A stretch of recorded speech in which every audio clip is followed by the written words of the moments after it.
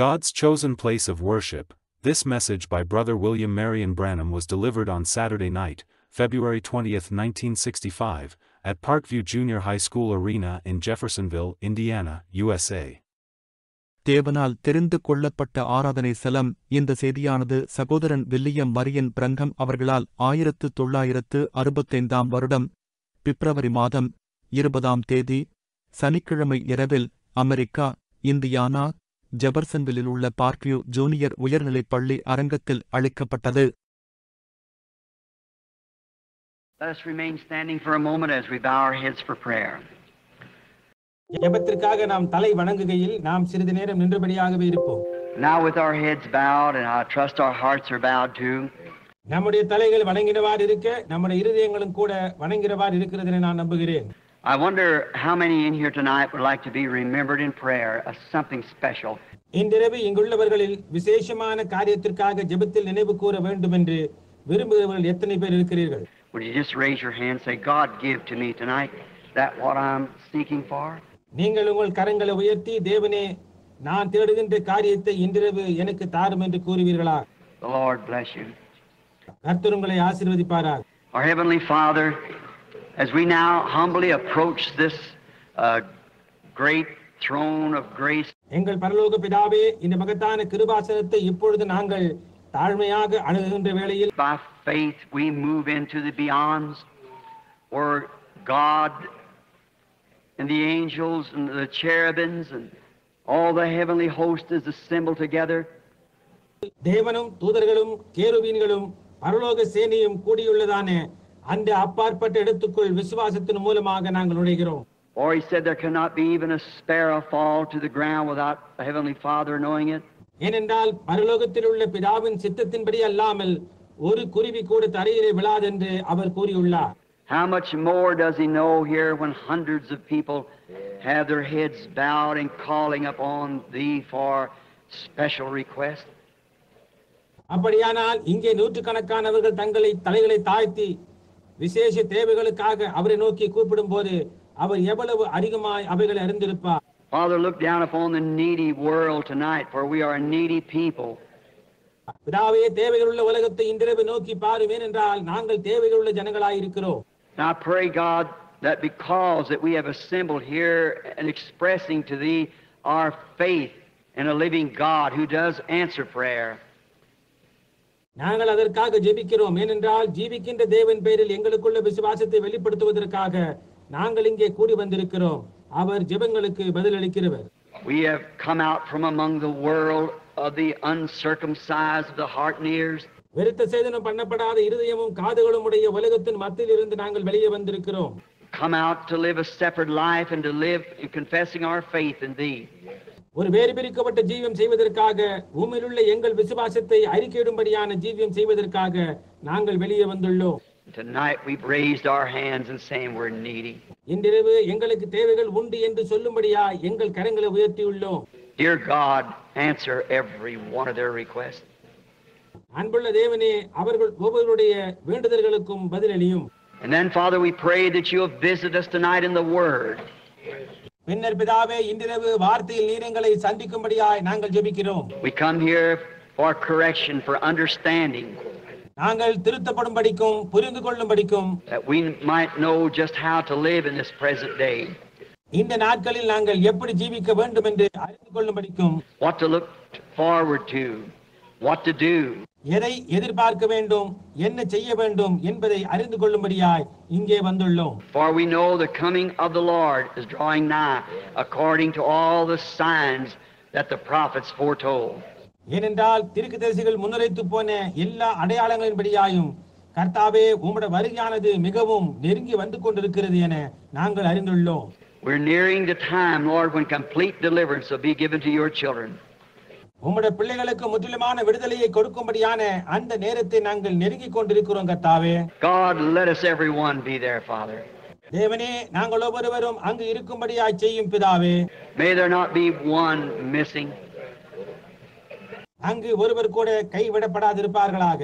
That's our purpose of being here, Lord. நாங்கள் இங்கு வந்திருப்பது நோக்கம் அதுவே கர்த்தாவே. Lord, we love you and we're trying to prepare for that hour.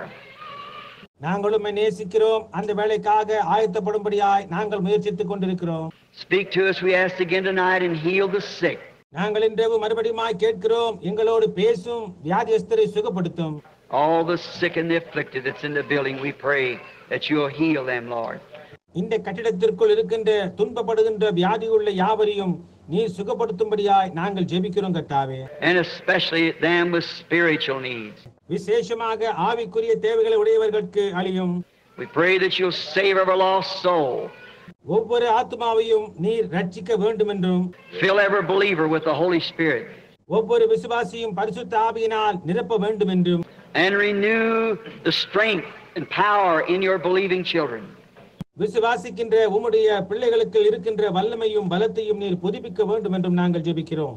Grant these things, Father.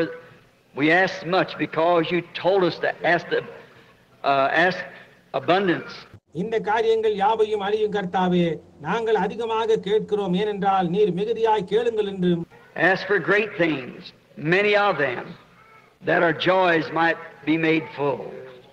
பெரிய காரியங்களை, அவைகளில் அநேகமானவைகளை உங்கள் சந்தோஷங்கள் நிறைவாக கேளுங்கள் என்று சொன்னபடியினால் நாங்கள் கேட்கிறோம். And we ask them in Jesus Christ's name. Amen. இவைகளை இயேசு கிறிஸ்துவின் நாமத்தில் நாங்கள் கேட்கிறோம். ஆமென். Be seated.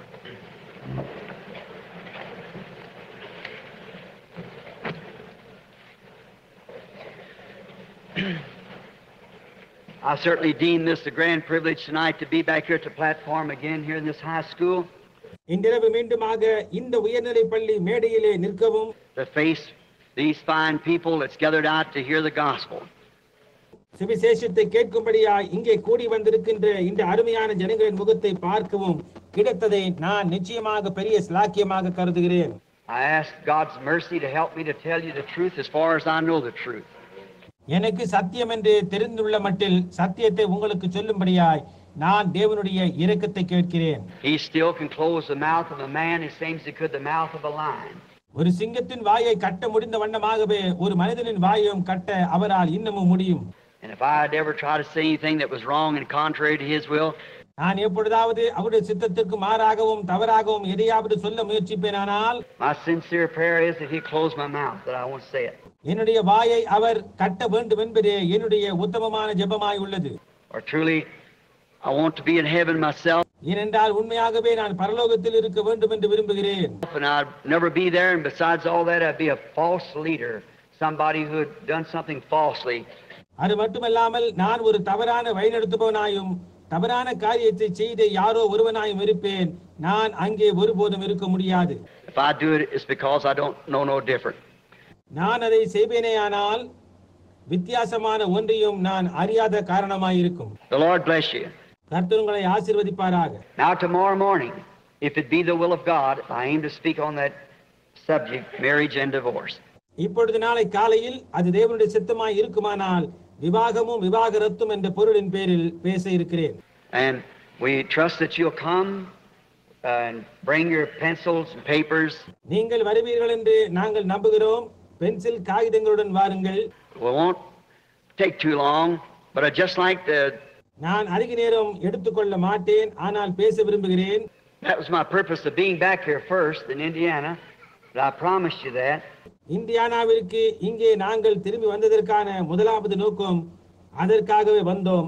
நான் அதை உங்களுக்கு வாக்களித்துள்ளேன். And I will try tomorrow morning. If I don't get it tomorrow morning, I will tomorrow night. நாளை காலையில் நான் அதை கொடுக்க முயற்சிப்பேன். நாளை காலையில் அதை கொண்டு வரவில்லை என்றால் நாளை இரவு நான் கொடுப்பேன். But I'm going to try tomorrow morning, if the Lord willing, to speak on the subject. ஆனால் நாளை காலையில் அந்த பொருளின் பேரில் கொடுக்கும்படியாய் கர்த்தருக்கு சித்தமானால் முயற்சிப்பேன். The two schools of thoughts, and may God help us to know what is truth. இரண்டு விதமான கருத்துக்கள் நம்பப்படுகின்றது. சத்தியம் என்னதென்று நாம் அறியும்படியாக தேவன் நமக்கு உதவி செய்வாராக. Just to know what's truth so we can walk in truth and in light. வெறுமனே சத்தியம் என்னதென்று அறிந்து அதன் மூலமாய் சத்தியத்திலும் வெளிச்சத்திலும் நாம் நடக்கும்படியாக. We, used to have an old colored friend. உங்களுக்கு தெரியும், எனக்கு ஒரு வயதான நீக்ரோ நண்பன் இருந்தான் என்று. And he said to me, Brother Billy, he said, I don't want any trouble at the river. அவன் என்னிடம், சகோதரன் பில்லி, எனக்கு ஆற்றண்டையில் எந்தவித தொந்தரவும் இருக்க கூடாது என்றான். He said, I want to have my ticket in my hand. அவன் என்னுடைய பயணச்சீட்டு என் கையில் இருக்க நான் விரும்புகிறேன் என்றான். And then when the whistle blows, I don't want any trouble there. அங்கே விசில் ஊதின போது எனக்கு அங்கே எந்தவித தொந்தரவும் இருக்க கூடாது. I've asked the Lord a long time ago, if there's anything wrong, let me set it up right now. ஏதாகிலும் தவறு இருக்குமாயின் அதை இங்கேயே இப்பொழுதே நான் சரிப்படுத்திக் கொள்ள வேண்டும் என்று நீண்ட நாட்களுக்கு முன்னர் நான் கர்த்தரிடத்தில் கேட்டேன். That because it'll be dark and stormy on that morning when the ship pulls out for the other side. ஏனென்றால் கப்பலானது அடுத்த கரைக்கு போகும்படியாக அந்த காலையில் புறப்படும் போது அது இருளாகவும் புயலுமாகவும் இருக்கும் என்று சொன்னான். That I don't want any interference. I want to take care of all of it now.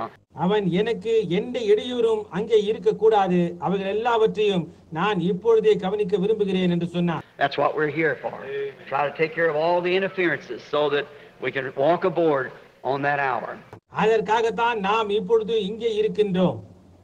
எல்லா இடையூறுகளையும் கவனித்து அந்த மணி நேரத்தில் நேராக கப்பத்தளத்துக்கு நடக்கும்படியாக. Now, I won't speak to you very long tonight because we got 2 services tomorrow. இப்பொழுது இன்றிரவு நான் உங்களிடத்தில் நீண்ட நேரம் பேச போவதில்லை, ஏனென்றால் நாளைக்கு நமக்கு 2 ஆராதனைகள் இருக்கின்றன. And then I take right off somewhere else to more services. பின்னர் நேராக அங்கிருந்து புறப்பட்டு இன்னொரு இடத்திற்கு இன்னொரு ஆராதனைக்காக போவேன். But now in the book of Deuteronomy, I wish to read from the 16th chapter, the first 3 verses of Deuteronomy 16, 1 to 3. ஆனால் இப்பொழுது நான் உபாகமம் புத்தகத்திலிருந்து வாசிக்க விரும்புகிறேன். 16ஆம் அதிகாரம் முதல் 3 வசனங்கள். உபாகமம் 16 1 3 வரை.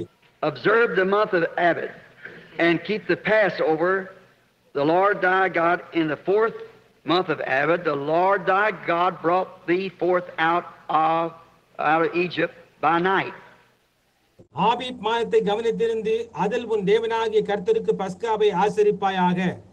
ஆபீப் மாதத்திலே காலத்தில் உன் தேவனாகிய கர்த்தர் உன்னை எகிப்திலிருந்து புறப்பட பண்ணினாரே. Thou shalt therefore sacrifice the Passover unto the Lord thy God of the flocks and of the herd in the place which the Lord has chosen to place his name there. கர்த்தர் தமது நாமம் விளங்கும்படி தெரிந்து கொள்ளும் ஸ்தானத்தில் உன் தேவனாகிய கர்த்தருக்கு பஸ்காவின் பலியாகிய ஆடு மாடுகளை பலியிடுவாயாக. Now, my subject tonight is God's chosen place of worship. இப்பொழுது இன்றிரவு பேசும்படியான என்னுடைய பொருள் என்னவெனில் தேவனால் தெரிந்து கொள்ளப்பட்ட ஆராதனை ஸ்தலம். If you notice, the month ABAD there means April. நீங்கள் கவனிப்பீர்களானால் ஆபீப் மாதம் என்பது April மாதமாயிருக்கிறது. The month of April is when they were brought out. April மாதத்தில் தான் அவர்கள் வெளியே கொண்டு வரப்பட்டார்கள். And now the strange thing is that we tonight as worshipers of God in this day that we live in, அதில் வினோதமான காரியம் என்னவென்றால் நாம் ஜீவிக்கின்றதான இந்த நாட்களில் தேவனை ஆராதிக்கின்றவர்கள் என்ற முறையில் இன்றிரவில் நாம் and we find so many different ideas of people. ஜனங்களுடைய வித்தியாசப்பட்ட கருத்துக்களை நாம் இங்கே பார்க்கிறோம். And as long as there's different ideas about things, there's got different questions. காரியங்களை குறித்து வித்தியாசமான கருத்துக்கள் இருக்கும் மட்டில் அங்கே வித்தியாசமான கேள்விகள் இருக்க வேண்டும். There's got to be one true answer to every question that's asked. கேட்கப்பட்ட ஒவ்வொரு கேள்விக்கும் ஒரு உண்மையான பதில் இருக்கத்தான் வேண்டும். If I would ask the question, what is this? Well, it'd say a desk. இது என்ன என்ற ஒரு கேள்வியை நான் கேட்பேனானால் அவர்கள் இது ஒரு மேஜை என்று சொல்லலாம். What is it for? See? அது எதற்காக இருக்கிறது பாருங்கள். Now, somebody might say it isn't a desk, it's a board. இப்பொழுது அது ஒரு மேஜை அல்ல, அது ஒரு பலகை என்று யாராவது இப்படி சொல்லலாம். Well, it is a board, but yet it's a desk. சரி, அது ஒரு பலகை தான், இருப்பினும் அது ஒரு மேஜையே. See, there's got to be a true answer to it. பாருங்கள், அதற்கு ஒரு உண்மையான பதில் இருக்கத்தான் வேண்டும். And if I ask a question about anything, there's got to be a true answer. நான் இதை குறித்தாவது ஒரு கேள்வியை கேட்பேனானால் அதற்கு ஒரு உண்மையான பதில் இருக்கத்தான் வேண்டும். Sure, there can be something close to it, but there's got to be a true direct answer to every question. அதற்கு நெருங்கினால் போன்ற ஒரு பதில் இருக்கலாம், ஆனால் ஒவ்வொரு கேள்விக்கும் அதற்கு ஒரு உண்மையான நேரடியான பதில் இருக்கத்தான் வேண்டும். So therefore every question that comes up in our lives there's got to be a true, correct answer. ஆகையினால் நம்முடைய ஜீவியத்தில் எழும்புகின்ற ஒவ்வொரு கேள்விக்கும் ஒரு உண்மையான சரியான பதில் இருக்கத்தான் வேண்டும். And now today we hear it said, so many of our people in the world today, இன்றைக்கு உலகிலுள்ள நம்முடைய ஜனங்களில் அநேகர் சொல்லுகிறார்கள் என்று சொல்ல நாம் கேட்கிறோம். he has been a missionary, have taken several trips across the sea and around the world. ஒரு மிஷனரி என்ற முறையிலும் கடல் கடந்து உலகத்தை அநேக முறை சுற்றி வந்துள்ளவன் என்ற முறையிலும் I've been in contact with many different religions, நான் பல வித்தியாசமான மார்க்கங்களோடு தொடர்பு கொண்டுள்ளேன். such as Buddha and Muhammad and Sikhs and Jains and what more of the religions of the world. அதாவது புத்தம், முகமதியம், சீக்கியம், ஜெயினியர் இன்னும் உலகத்தில் உள்ள மற்ற மதங்களுடன் தொடர்பு கொண்டுள்ளேன். And then here in our own United States and other foreign countries, meet with all of our different churches. இங்கே நமது சொந்த அமெரிக்க நாட்டிலும் அயல் நாடுகளிலும் வித்தியாச தரப்பட்ட எல்லா சபைகளோடும் தொடர்பு கொண்டுள்ளேன்.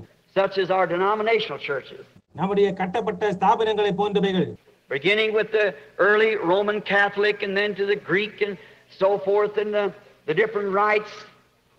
ஆரம்ப ரோமன் கத்தோலிக்க மார்க்கம் துவக்கி பின்னர் கிரேக்கிற்கும் இப்படிப்படியாக வித்தியாசப்பட்ட சடங்குகளுக்கும், And then down into all the denominational ages of 900 and something different Protestant denominations. பின்னர் சபை காலங்களில் உண்டாகியுள்ள 900க்கும் மேற்பட்ட வித்தியாசமான புரொட்டஸ்டன்ட் ஸ்தாபனங்களோடும் தொடர்பு கொண்டுள்ளேன். Now each one of them, of course you could see their idea and I cannot blame them. அவர்கள் ஒவ்வொருவருடைய கருத்துக்களையும் பாருங்கள், நான் அவர்கள் மேல் குற்றம் சொல்ல முடியாது. Each one claims that they are the truth. They have the truth. ஒவ்வொருவரும் தாங்கள் தான் சரி என்றும் அவர்களிடம் சத்தியம் உண்டென்றும் சொல்லி உரிமை பாராட்டுகிறார்கள். And the people that belongs to those churches should believe that. அந்த சபைகளை சேர்ந்த ஜனங்கள் அதை விசுவாசிக்கத்தான் வேண்டும். Because they have staked their destination, their eternal destination upon the teaching of that church. அந்த சபையின் போதகத்தின் மேல்தான் அவர்களுடைய நித்தியமாய் போய் சேர்கின்றதான இடத்தை அவர்கள் வைத்திருக்கிறபடினால். And they're so much different one from the other till it makes 900 and something different questions. அவர்கள் ஒருவருக்கொருவர் அவ்வளவு வித்தியாசமாய் இருக்கின்றபடினால் அது 900க்கும் மேற்பட்ட பிரிவுகளுக்கு கொண்டு போய் வித்தியாசமான கேள்விகளை உடையவர்களாய் இருக்கிறார்கள். Therefore, being 900 and something different questions, there's got to be one correct answer. ஆகையினால் 900க்கும் மேற்பட்ட வித்தியாசமான கேள்விகள் இருக்கின்றபடியால் அங்கே ஒரு சரியான பதில் இருக்கத்தான் வேண்டும். And I would like for us tonight, being that we're trying to go to heaven and to meet our Lord Jesus, who we all love, நாம் யாவரும் நேசிக்கின்றதான கர்த்தராகிய இயேசு கிறிஸ்துவை சந்திக்கும்படியாக நாம் பரலோகத்துக்கு செல்ல முயற்சிக்கின்றபடியால் இன்றிரவு நாம் இதை செய்ய விரும்புகிறேன். I would like to search in the scriptures to find that. அதை கண்டுபிடிக்க நான் வேத வார்த்தைகளை ஆராய விரும்புகிறேன். Now, if it is a Bible question, then it should have a Bible answer. இப்பொழுது இது ஒரு வேதாகம கேள்வியாய் இருக்குமாயின் அதற்கு ஒரு வேதாகம பதில் இருக்கத்தான் வேண்டும். It should not be able to come from a group of men, from any certain fellowship. அது எந்த ஒரு கூட்ட மனிதர்களிடத்திலிருந்தும் எந்த குறிப்பிட்ட ஐக்கியத்திலிருந்தும் Or from some educator, or from some denomination. அல்லது ஏதோ ஒரு உபாத்தியாயனிடத்திலிருந்தும் அல்லது ஏதோ ஒரு ஸ்தாபனத்திலிருந்தும் வரக்கூடாது. It should come straight from the scripture, where God's meeting place is of worship. தேவனை ஆராதனையில் சந்திக்கின்ற ஸ்தலம் எங்கே என்பது நேரடியாக வேதத்திலிருந்து தான் அது வர வேண்டும். And surely, being God, there is a meeting place somewhere that He meets. நிச்சயமாக தேவனாய் இருக்கின்றபடியினால் சந்திக்கும்படியான ஒரு ஸ்தலம் ஒன்று இருக்கின்றது. எங்கோ அவர் சந்திக்கின்றதான ஸ்தலம் இருக்கின்றது. Now we find out here that in Deuteronomy here at the beginning, Moses reciting back the scripture. இங்கே உபாகமத்தில் நாம் காண்கின்றது என்னவென்றால் துவக்கத்திலே மோசே வேத வார்த்தைகளை திருப்பி திருப்பி சொல்லுகிறார். The things that he had told them, how he brought them out, the great strong arm out of Egypt, and at first established them. எப்படி ஓங்கிய புயத்தினாலும் பலத்த கரத்தினாலும் எகிப்திலிருந்து அவர்களை அவர் வெளியே கொண்டு வந்தார், அவர்களை எப்படி ஸ்தாபித்தார் என்ற காரியங்களையும் அவன் சொன்னார். They were called the people of God until they come out of the Egypt. அவர்கள் எகிப்திலிருந்து வெளிவரும் மட்டும் தேவனுடைய ஜனங்கள் என்று அழைக்கப்பட்டார்கள். And then they were called the Church of God. அதற்கு பிறகு அவர்கள் தேவனுடைய சபை என்று அழைக்கப்பட்டார்கள். Because the church is a congregating. ஏனென்றால் சபை என்றால் கூடி வருகின்றவர்கள் என்பதாகும். The church means called out ones. Those who've been called out. அல்லது உண்மையாகவே சபை என்றால் அழைக்கப்பட்டவர்கள் வெளியே வரும்படியாய் அழைக்கப்பட்டவர்கள் என்று அர்த்தம். And they come out of Egypt in order to be the church. ஒரு சபையாய் இருக்கும்படியாக அவர்கள் எகிப்திலிருந்து வெளியே அழைக்கப்பட்டார்கள். Now God told them before they established the temple, whatever they did, அவர்கள் செய்த எல்லாவற்றிற்கும் தேவாலயம் ஸ்தாபிக்கப்படுவதற்கு முன்னர் தேவன் அவர்களிடத்தில் I will choose the place of my worship and I'll put my name in it. என்னுடைய ஆராதனை ஸ்தலத்தை நான் தெரிந்து கொள்வேன், என்னுடைய நாமத்தை நான் அதில் வைப்பேன் என்று சொன்னார். And that's the only place that God would ever meet anybody was by his own choosing. தேவன் எப்பொழுதாவது யாரையாவது சந்திப்பாரானால் அந்த ஸ்தலத்தில் தான் அவராகவே தெரிந்து கொள்ளுகின்ற அந்த ஸ்தலத்தில் தான் சந்திப்பார். He chose his place, and where he chose his place, he put his name. அவர் அவருடைய ஸ்தலத்தை தெரிந்து கொள்வார். அவர் தெரிந்து கொள்ளுகின்ற அந்த ஸ்தலத்தில் அவருடைய நாமத்தை தரிப்பிப்பார். The second verse here tells us that. இரண்டாவது வசனம் அதை நமக்கு சொல்லுகிறது. He would put his name in the place that he had chosen for people to worship him in. அவர் ஒரு ஸ்தலத்தை தெரிந்து கொண்டு அதற்குள்ளாக ஜனங்கள் அவரை ஆராதிக்கும்படியாக அந்த ஸ்தலத்திற்கு அவருடைய நாமத்தை தரிப்பிப்பார். Now the thing of it is we want to find where that place is. இப்பொழுது காரியம் என்னவென்றால் அந்த ஸ்தலம் எங்கே இருக்கின்றது என்று கண்டுபிடிப்பது. With 900 and something different ideas, being it we're bypassing all heathen religion and just speaking of Christian religion. 900க்கு மேற்பட்ட கருத்துக்களை கொண்டவர்களாய், அதாவது எல்லா அஞ்ஞான மார்க்கத்தையும் தள்ளிவிட்டு கிறிஸ்துவ மதத்தை மட்டுமே பேசுகின்றதில், which have a feeling for the heathens, or I certainly wouldn't be going over there talking to them, but they're wrong. அஞ்ஞானிகளின் பேரில் எனக்கு ஒரு உணர்வு உண்டு, இல்லை என்றால் அங்கே போய் அவர்களிடத்தில் நான் பேச மாட்டேன், ஆனால் அவர்கள் தவறாய் இருக்கிறார்கள். Christianity is the only religion that's true. It's Christianity. கிறிஸ்தவம் மட்டுமே ஒரு உண்மையான மார்க்கமாய் இருக்கிறது. I'm saying that not exactly because I am a Christian, because I believe that to be the truth. நான் ஒரு கிறிஸ்தவனாய் இருக்கின்றபடியினால் நான் அப்படி சொல்லவில்லை, நான் அதை சத்தியம் என்று விசுவாசிக்கின்றபடியினால் சொல்லுகிறேன். It's the only religion that's right. அந்த ஒரு மார்க்கம் தான் உண்மையான மார்க்கம். I've been to the grave where the white horse is changed every 4 hours. 4 மணி நேரத்திற்கு ஒரு முறை ஒரு வெள்ளை குதிரை மாற்றப்படுகின்ற கல்லறைக்கு நான் போயிருக்கிறேன். Or Mohammed, a great priest and leader right after Christ. அங்கே முகமது என்ற ஒரு பெரிய ஆசாரியன், கிறிஸ்துவுக்கு பின்பாக வந்த ஒரு பெரிய தலைவன், was supposedly to be a prophet, and I don't doubt what he was. Right, the Maccabee brothers. ஒரு தீர்க்கதரிசியாக இருக்க வேண்டியவன், அப்படி இருப்பதில் எனக்கு ஒரு சந்தேகமும் இல்லை. சரியாக அந்த மக்கபி சகோதரர்களுக்கு பின்னர் வந்தவர். But when he died, he claimed that he had raised again and would conquer the whole world. அவன் மரித்தான், மறுபடியுமாய் உயிர்த்தெழுவேன் என்றும் உயிர்த்தெழுந்து முழு உலகத்தையும் ஜெயிப்பேன் என்றும் உரிமை பாராட்டினான். Now about every 4 hours they changed guards and they keep a white horse at his grave. 4 மணி நேரத்திற்கு ஒரு முறை வெள்ளை குதிரையையும் காவலையும் அவனுடைய கல்லறையில் அவர்கள் மாற்றுகிறார்கள். They have for 2000 years, expecting him to rise again and conquer the world. அவன் உயிர்த்தெழுந்து உலகத்தை ஜெயிப்பான் என்று 2000 வருடங்களாக எதிர்பார்த்து கொண்டிருக்கிறார்கள். But you see, and you go to Buddha. Buddha lived many hundred years, about 2300 years ago, the god of Japan. புத்தரை எடுத்துக்கொள்ளுங்கள். புத்தர் அநேக நூற்றுக்கணக்கான வருஷங்கள், சுமார் 2300 ஆண்டுகளுக்கு முன்னர் ஜீவித்தார், ஜப்பான் தேசத்து கடவுள். And so he was a philosopher, something like Confucius and so forth. அவர் ஒரு தத்துவ ஞானி, கன்ஃபியூஷியஸ் மதத்தை போன்ற ஏதோ ஒன்று. But all these founders and so forth, all of them died with their philosophy and buried and in the grave. ஆனால் இந்த ஸ்தாபிதர்கள் யாவரும் அவர்களுடைய தத்துவங்களோடு கூட மரித்து அடக்கம் பண்ணப்பட்டு கல்லறைக்குள் இருக்கிறார்கள். But Christianity, which is established by Jesus Christ, there is an empty tomb. ஆனால் இயேசு கிறிஸ்துவினால் ஸ்தாபிக்கப்பட்ட கிறிஸ்தவமோ, அங்கே காலியாக உள்ள ஒரு கல்லறையே உள்ளது. He was the only man that ever stood on earth and lived and said, I have power to lay my life down and raise it up again. அந்த ஒரு மனிதன் மட்டுமே உலகத்தில் நின்று ஜீவித்து என்னுடைய ஜீவனை கொடுக்கவும் அதை மறுபடியுமாய் எழுப்பவும் எனக்கு அதிகாரம் உண்டு என்று சொன்னவர். And he did it. And he lives today. அவர் அதை செய்தார். இன்றைக்கு அவர் ஜீவித்துக் கொண்டிருக்கிறார். And we know he lives because he is with us and proves himself by physical signs and wonders that he promised that he would do to show it. அவர் ஜீவிக்கிறார் என்று நமக்கு தெரியும். ஏனென்றால் அவர் நம்மோடு கூட இருக்கிறார். சரீர பிரகாரமான அடையாளங்களாலும் அதிசயங்களாலும் நிரூபித்து காட்டுவேன் என்று வாக்கு பண்ணினபடி அவர் தம்மை உபகாரப்படுத்துகிறார். Insomuch as the pillar of fire that led the children of Israel through the wilderness, it's with us today. அக்கினி ஸ்தம்பமானது எந்த அளவிற்கு இஸ்ரவேல் பிள்ளைகளை வனாந்திரத்தின் ஊடாக வழிநடத்தினதோ அதே வண்ணமாக இன்றைக்கும் நம்மோடு கூட இருக்கிறது.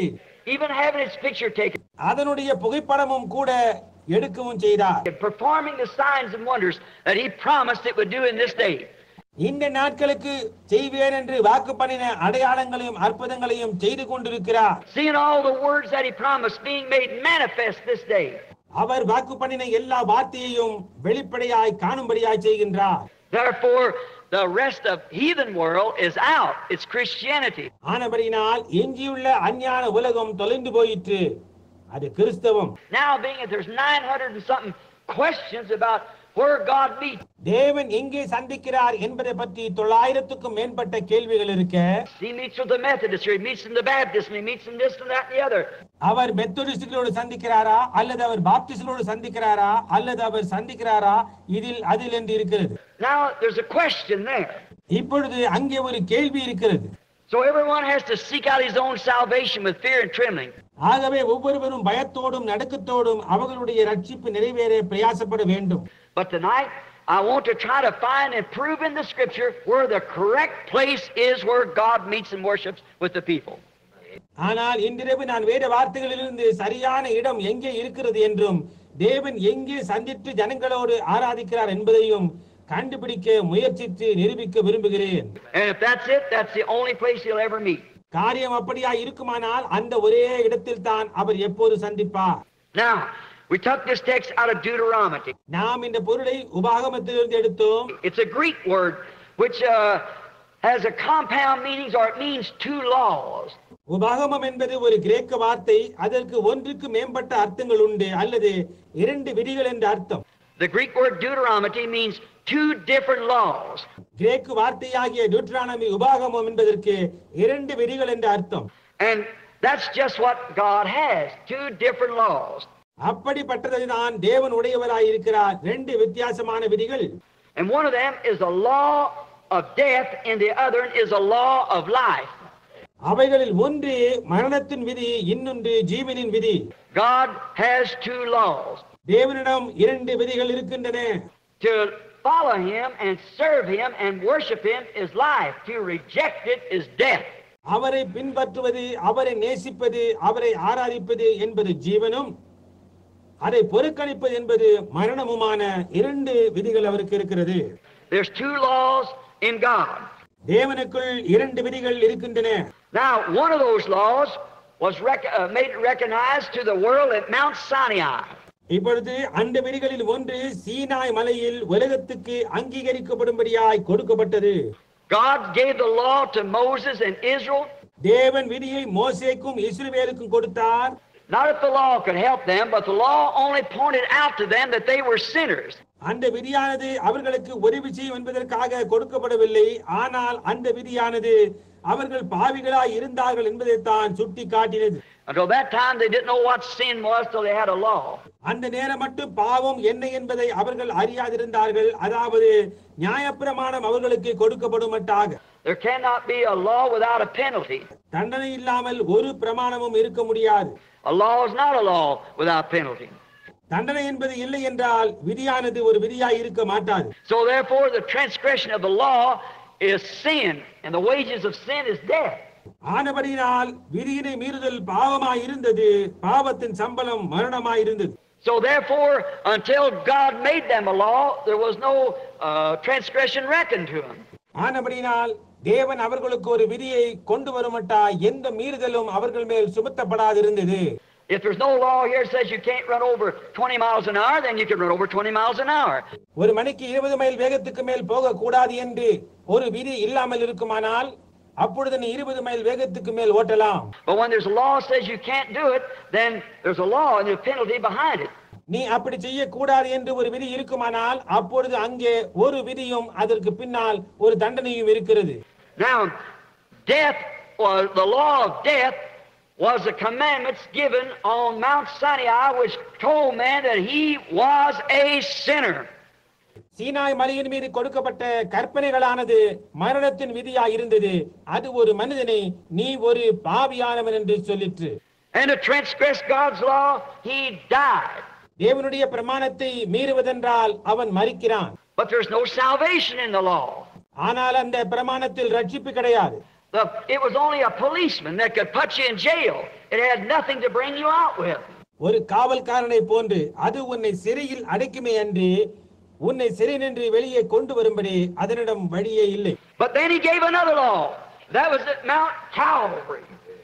ஆனால் அதற்கு பின்னர் அவர் இன்னொரு பிரமாணத்தை கொடுத்தார். அது கல்வாரி மலையின் மீது. Where sin was reckoned in Jesus Christ.